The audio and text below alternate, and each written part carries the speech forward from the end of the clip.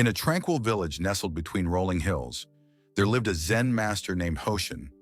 Known for his wisdom, he taught not only through words but through the serene beauty of his garden, which was meticulously cared for yet wild in its natural essence.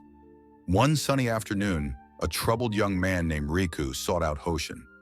Riku had been wrestling with feelings of inadequacy and self-doubt, convinced that he was mentally weak.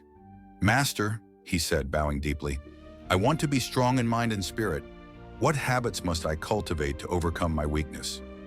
Hoshin smiled, gesturing for Riku to follow him to the garden. As they walked, the master spoke. "Mental weakness often stems from habits that bind us. Let me show you." They reached a section of the garden where weeds choked the vibrant flowers. Hoshin knelt, pulling out the weeds one by one. "These are the habits that make us mentally weak," he explained. "First, we must address self-criticism. When we constantly pull ourselves down, we suffocate our potential." Riku nodded, remembering the harsh words he often spoke to himself. "But how do I stop?" "Replace those words with kindness," Hoshin advised, tossing the weeds aside. "Just as I nurture these plants, nurture your mind with compassion. Speak to yourself as you would to a dear friend." As they continued, they came to a patch of overgrown grass. "Here lies the habit of avoidance," Hoshin said, gesturing to the tangled mess. "When we flee from challenges, we allow our fears to flourish. Face your fears instead, and watch your strength grow." Riku recalled times he had shied away from difficult conversations or new experiences. "But what if I fail?" he asked. "Failure is not the end," Hoshin replied, standing tall. "It is merely a teacher. Embrace it, learn from it, and let it guide you." They moved to a corner of the garden where a once barren tree now bore fruit. "This represents the habit of negativity," Hoshin explained.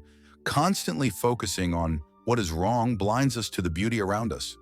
Cultivate gratitude instead. Recognize even the smallest blessings and watch your perspective change." Riku felt a warmth in his chest as he recalled moments of joy in his life, often overlooked. "I see now," he said softly. Finally, they reached a serene pond reflecting the sky.